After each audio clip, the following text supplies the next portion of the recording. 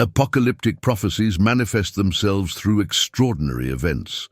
The Sea of Galilee has turned scarlet, revealing disturbing discoveries about this singular phenomenon. The first revelation concerns the appearance of reddish waters. Shocking news emerged on August 15, 2025, at approximately 6:47 a.m. regional time. Something extraordinary had happened to the Sea of Galilee. This reservoir, considered Christianity's most sacred, had turned blood-colored, as if someone had poured crimson pigment into 64 square miles of crystal-clear waters overnight. This narrative has sparked intense reflection, questioning whether it represents the fulfillment of eschatological prophecies. Could the waters be turning to blood? However, the most disturbing aspect of this situation transcends this isolated event. In fact, multiple locations around the globe have experienced mysterious changes in watercolor, taking on blood-colored hues. The discoveries about the true origin of these phenomena are surprising. Current events are spreading across several continents, while the population remains largely ignorant of the phenomenon's extent. A canal in Ndorp, the Netherlands, took on a blood-colored hue. Bondi Beach in Australia exhibited the same appearance. The Beirut River in Lebanon took on a red hue. Waterways in Yang Province, China, exhibited blood-colored hues. Particularly striking was the case of Sawanagala, Sri Lanka, where rainfall appeared blood-colored. Before revealing the underlying factors behind these mysterious events, a disturbing question arises. Could these be the biblical signs prophesied millennia ago? At this point, the situation becomes simultaneously fascinating and terrifying. Scripture doesn't mention the transformation of water into blood only occasionally. It's a recurring theme that emerges at the most critical moments in human history. The descriptions accurately reflect what we're witnessing today. There's something specific about these prophecies that most people overlook. This element will determine whether we truly experience the end times or witness something else entirely. Ancient texts provide more significant details than is generally realized. The Book of Revelation warns that during the second trumpet judgment, something catastrophic will occur. The second angel sounded his trumpet, and something like a huge mountain ablaze with flames was thrown into the sea. A third of the ocean turned to blood, a third of the sea creatures perished, and a third of the ships were destroyed, as recorded in Revelation 8:8-9. The prophecy intensifies later. In Revelation 16:3, we are told of an even more devastating event. The second angel poured out his bowl on the ocean, turning it into blood like that of a dead person. Every living thing in the sea died. The situation becomes personal for all of humanity on earth. The prophecy continues in verses 4-6. The third angel poured out his bowl on rivers and springs of water, turning them to blood. The angel responsible for the waters declared, "You are righteous in these judgments, O Holy One, you who are and who were.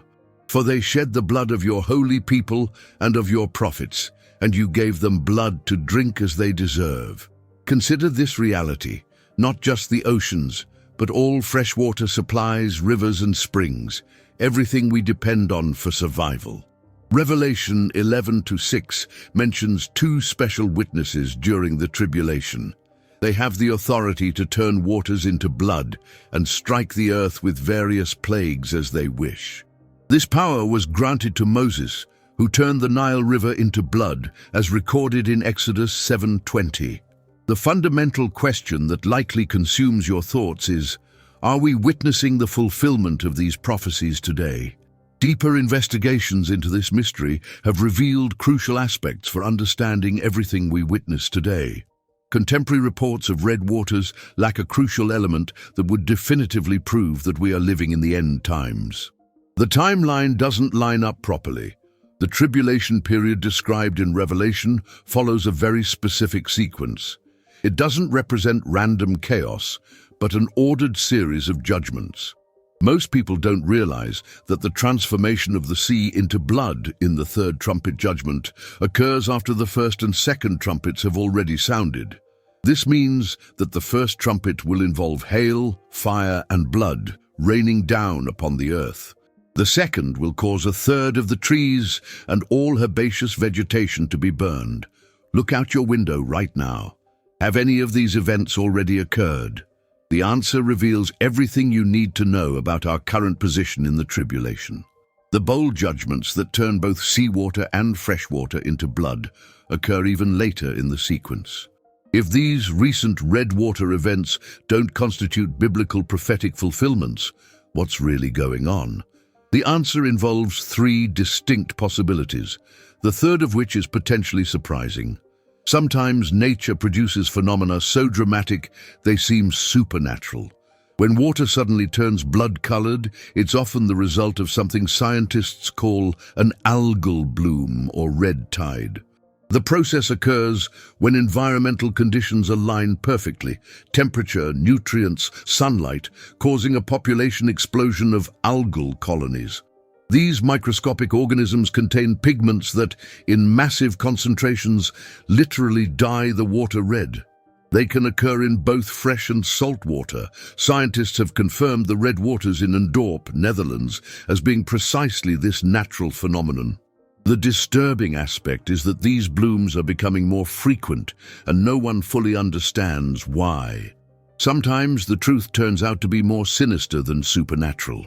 In several cases, this blood coloration results from human activity, specifically the illegal dumping of industrial chemicals. The river in Jiang Province, China, turned red because someone was secretly dumping red dye into the water supply. Someone deliberately poisoned an entire river system. The Beirut River in Lebanon sparked a government investigation that traced the red coloration to a factory releasing chemicals into the water. These were not accidents, but deliberate acts that endangered entire communities.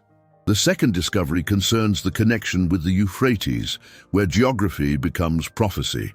The most surprising discovery emerged from the analysis of satellite images of another prophetically significant body of water, the Euphrates River.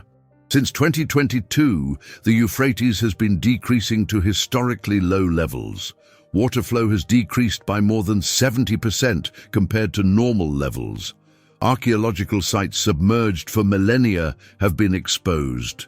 What if you knew that one of the most important rivers in human history, a waterway that has flowed for thousands of years through the cradle of civilization, is disappearing before our eyes, and that this exact event was foretold in ancient prophecies as a sign that the final battle for humanity is about to begin? The mainstream media isn't reporting something about the Euphrates River that's happening as we speak, revealing secrets buried for millennia. The Bible not only mentions that this river will dry up one day, but also provides a detailed roadmap of exactly when and why this will happen, and what follows will determine the fate of every person on earth. The Euphrates River has been the lifeblood of the Middle East for over 4,000 years. It's no ordinary river, but part of the legendary Fertile Crescent, the cradle of human civilization itself. It flows through Turkey, Syria, and Iraq, sustaining millions of lives. In recent years, something unprecedented is occurring. Water levels have dropped so dramatically that ancient ruins are being exposed for the first time in centuries. Caves that haven't seen daylight since biblical times are now visible. Archaeological treasures are emerging from what used to be riverbeds. Biblical scholars around the world are standing up and paying attention because this exact scenario was predicted thousands of years ago, down to the smallest detail. The Bible provides us with not one, but two distinct prophecies about the drying up of the Euphrates River. Understanding the difference between them can be crucial to knowing where we are in the prophetic timeline. The first prediction appears in one of the most dramatic judgment oracles ever written. God is pronouncing judgment against ancient Babylon, against its officials, wise men, false prophets, warriors, horses, chariots, and treasures. As a final devastating blow, God declares drought upon its waters. They will dry up, for it is a land of idols who will go mad with terror, according to Jeremiah 50:38. The waters of Babylon are the Euphrates and Tigris rivers. Both rivers are currently drying up. Coincidence? The second prediction comes from the book of Revelation, and what it describes will send shivers down your spine. The book of Revelation doesn't describe random judgments, but rather establishes a precise sequence of events that will unfold during the 7-year tribulation period. The drying up of the Euphrates plays a crucial role in the grand finale. The judgments begin with 7 seals being broken, Revelation 6:117, 8-15. Then 7 trumpets sound, each bringing devastating plagues. Revelation 8:6, 9, 21, 11, 15-19. Finally, 7 bowls of divine wrath are poured out. Revelation 16, 1-21. These bowl judgments are so destructive that if they continued, every human being on earth would die. Mark 13, 19-20. The 6th bowl judgment, the penultimate judgment of the entire tribulation, targets the Euphrates River specifically. Revelation 16:12 reveals exactly what will happen. The 6th angel poured out his bowl on the great river Euphrates, and its waters were dried up to prepare the way for the kings from the east. The river does not dry up randomly, but is being prepared as a highway for a massive army from the east to march toward its destination, the place called in Hebrew Armageddon, Revelation 16:16. The drying up of the Euphrates is the final preparation for the Battle of Armageddon, the ultimate confrontation between good and evil, where Jesus returns and destroys all of God's enemies. Revelation 16:17-20, 19:11-21. There are 5 possibilities for what we are witnessing today. Some scholars believe that Jeremiah's prophecy was already fulfilled in 539 BC, when the Persian king Cyrus diverted the Euphrates River sufficiently to allow his army to infiltrate Babylon through the water channels beneath the walls, as recorded by the Greek historian Herodotus. Another possibility is that the prophecy was fulfilled by natural drought at some unknown point in history, as ancient records are not complete, and significant droughts could have occurred without adequate documentation. A third possibility suggests that we are witnessing the fulfillment of Jeremiah's prophecy as the Tigris and Euphrates rivers diminish before our eyes. The timing would be remarkable considering everything else happening in our world today. The fourth possibility proposes that Jeremiah's prophecy is connected to the end times events described in Revelation, and both will be fulfilled during the Great Tribulation yet to come. The fifth possibility involves a double fulfillment, once in the past as a warning and demonstration of divine power, and again in the future during the end times as a final judgment. As for Revelation's prophecy about the drying up of the Euphrates, it has a definitive timetable. 3 unmistakable signs indicate that we haven't reached that point yet. The first sign is that sequence is crucial. The 6th bowl judgment does not occur in isolation, but near the end of a 7-year tribulation period. Before this supernatural drying occurs, the Antichrist must rise to global power. 2 miraculous prophets must appear in Jerusalem and preach for 1,260 days. Devastating judgments must strike the earth in a specific order. Look around you now. Has any of this already happened? The answer reveals everything about our current timeline. The second sign is the commercial connection. According to Revelation 18:17-19, during the tribulation period, Babylon will be conducting major commercial shipping operations. The prophecy specifically mentions maritime trade, meaning that the rivers in this area should be flowing freely during the tribulation, at least until the end. If the rivers have already dried up, how would this future trade be possible? The third sign is the Eastern Army. The supernatural drying up of the Euphrates River in Revelation 16:12 serves a specific purpose: to create a path for the kings of the East to lead their armies westward toward Israel. This is not a metaphor, but a description of a literal military invasion involving millions of soldiers. Is a massive Eastern army currently threatening to march toward Israel? Are world leaders gathering forces for a final assault on the Holy Land? The current geopolitical situation, complex as it is, does not correspond to this specific prophetic scenario. When the time comes for the Battle of Armageddon, the Euphrates River will indeed dry up completely and supernaturally. The current changes in water levels and the revelation of ancient ruins and caves, fascinating as they are, have nothing to do with Revelation 16:12. The biblical timeline simply hasn't reached that point yet. The fact that we are already seeing dramatic changes in this prophetically significant river should remind us that the events described in Scripture are not fairy tales, but future realities that will unfold exactly as written. The Euphrates River has been a witness to human history for millennia, observing the rise and fall of empires, the birth of civilizations, and the fulfillment of ancient prophecies. One day, perhaps sooner than we imagine, it will play its final prophetic role as a highway that will enable the last great battle in human history. Until then, every change in its water level serves as a reminder that God, who spoke these prophecies thousands of years ago, still controls rivers, nations, and the ultimate destiny of our world. The Sea of Galilee is no ordinary body of water, but the geographic center of Jesus' earthly ministry.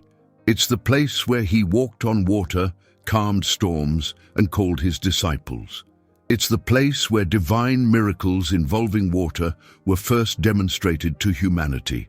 For this particular lake to turn blood red carries significance no other body of water could match. Prophetic importance transcends historical significance. Current geopolitical developments in Israel suggest that we are witnessing the convergence of spiritual signs with political preparations for end times events. Recent archaeological discoveries beneath the Temple Mount have accelerated Jewish interest in rebuilding the temple. International pressure on Israel has intensified exactly as biblical prophecy predicted. Peace treaty negotiations involving multiple Middle Eastern nations are progressing along lines that correspond to Daniel's prophecy about the Antichrist confirming his alliance with many.